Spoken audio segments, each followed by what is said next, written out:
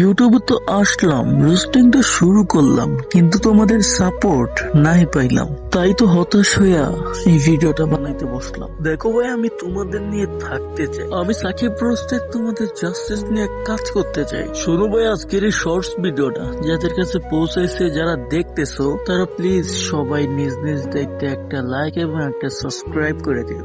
এখন কথা হচ্ছে, এই চ্যানেলটা সাবস্ক্রাইব করি বা কি বেনিফিট হবে?